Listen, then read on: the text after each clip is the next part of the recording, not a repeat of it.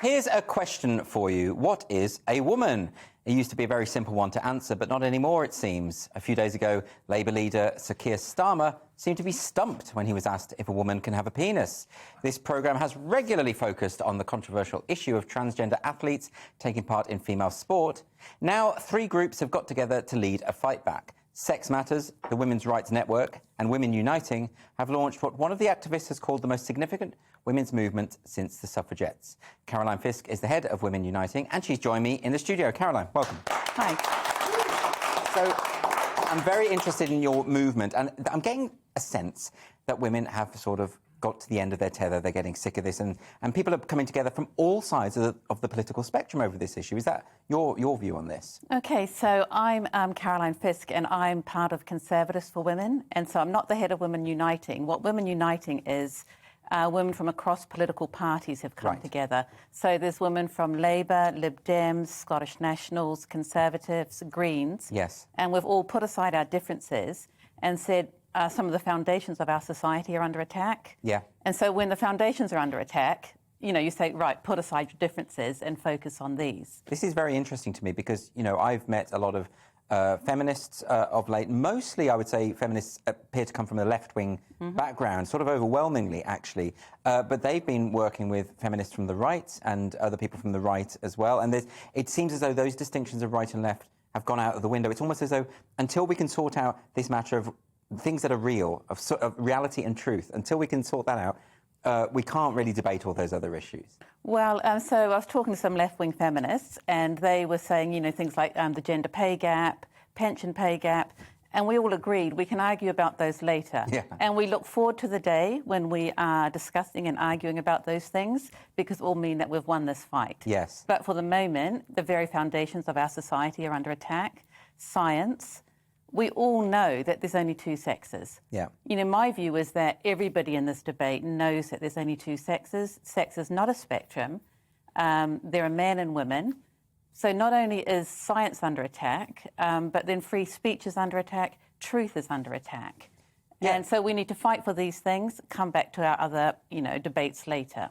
And it seems to be something that affects politicians from all sides of the spectrum as well. I mean, Rishi Sunak was struggling the other day to answer the question, what is a woman? We've had the Joe Biden's nominee for the Supreme Court said she couldn't define a woman because she's not a biologist.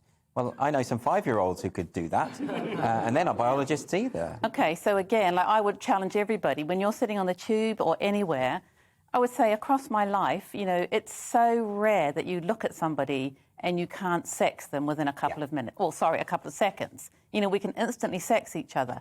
And to me, that shows it's evolutionary and that sex matters. It matters for the safety of women.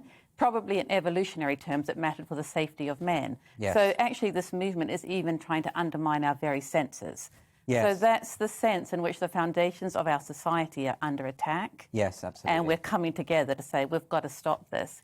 And so just back to your thing about the politicians, I mean, it's embarrassing and staggering that our leaders are too scared, too captured by an ideology to say in simple terms what a woman is. Well, is it though, that less that they're captured by the ideology and more that they're afraid of it? I mean, because when I watch these people, I think a reason why a lot of us are losing patience is we all know they know the answer. Yeah. We all know that Keir Starmer and Rishi Sunak and the rest of them know what a woman is and know that women don't have penises. They know this. Yeah. And they can't say it. And so therefore that's worse in a way, because if they'd just been captured by this delusional ideology and they genuinely believed it, that would be one thing. We can say you're wrong. But the fact that we can see that they're not willing to be honest and to say what we all know to be true, that to me is almost worse. I mean, listen, I think practically everyone who involves themselves in this debate is horrified and staggered by the cowardice. That people who put themselves up to lead this country, to lead all of us, our democracy, are cowardly when it comes to this issue. Sex matters. It matters for all of our dignity, our privacy. It matters for women's safety. Again, I just go back to my phrase, it's a foundational issue. Yeah. And to see our leaders scared of it is, you know, staggering. But I do understand it as well. I mean, you know, when I talked earlier about some of the threats that J.K. Rowling gets online, and of course, J.K. Rowling, a darling of the left, you know, and yet she's now called fascist and right-wing and all the rest of it. But some of the nature of the threats, and people think it's just a few people online. It's not. It's thousands and thousands and thousands. I mean, these things have been collated. Yeah. It is intimidating. It's intimidating. I can't help but notice that it's more severe against women, or at least that's the way it seems to me. I think that's absolutely right. Like, so today, Women Uniting have come together from left, right, as I say, Labour, Lib Dems, Conservatives. Yes. So today I was feeling a little bit under attack as a Conservative involved in this, and I actually suddenly stepped back and thought to myself, there's some really high-profile right-wing men who've joined in this debate, Douglas Murray. Yes. And I don't think they come under such attack. So there is something going on here.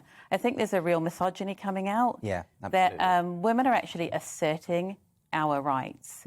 And so there's some attack going on against us for that. I've heard Douglas Murray say that exact same thing, that, you know, he doesn't... He's been saying this for a while and he hasn't had anywhere near the vitriol. I mean, he gets a lot of vitriol, to be fair. Yes. But not to the extent of the sort of sexualised threats, I think, that you see against women who are brave enough to speak about it.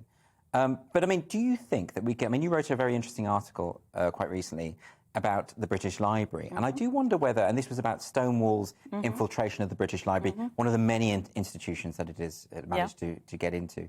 Can you talk through what was going on there? Why did you write that article? What was it about? OK, so because of gender ideology, I've started to spend my Sunday afternoons making FOI requests, you know.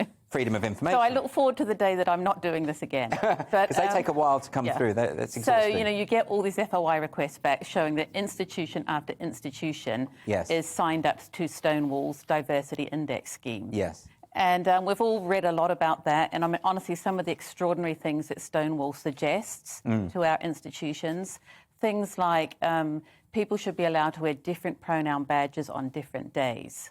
OK, so they can be a man on one day and a non-binary person on the other day, and a woman on another day. Yeah. OK. And by the way, as a Conservative, you know, I believe in freedom, but the idea is then that everybody has to sort of go along with that. Right. And to me, that's compelled speech. Yes, we can't ever go forward as a society with compelled speech. But what was different about the British Library was I came across this training program, this Zoom session, £1,500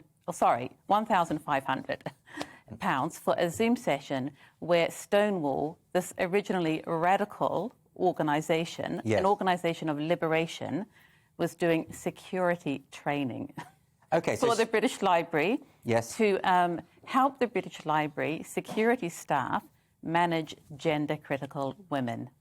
To manage them? So wait a minute, so let me just be clear. So Stonewall has said, give us £1,500 and we're going to lecture you about how to handle women. Women who do what? What did they envisage? OK, so Stonewall presented a number of scenarios that they would go through in the Zoom. A woman enters the British Library wearing a T-shirt that a trans-identifying person might find offensive. Am I guessing... What would you as security do?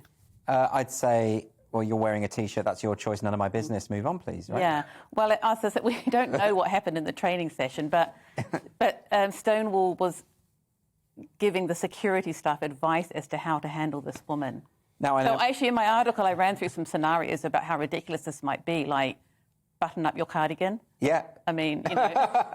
I know the T-shirt you're talking about, though. It'll be the one that says woman, adult, human, female. Yeah. The dictionary definition. Yeah. And if a library is upset by a dictionary definition, something is really going on wrong there. Yeah. I mean, another training scenario proposed by Stonewall was there are stickers in the loos. Yes. Security. How might you handle those?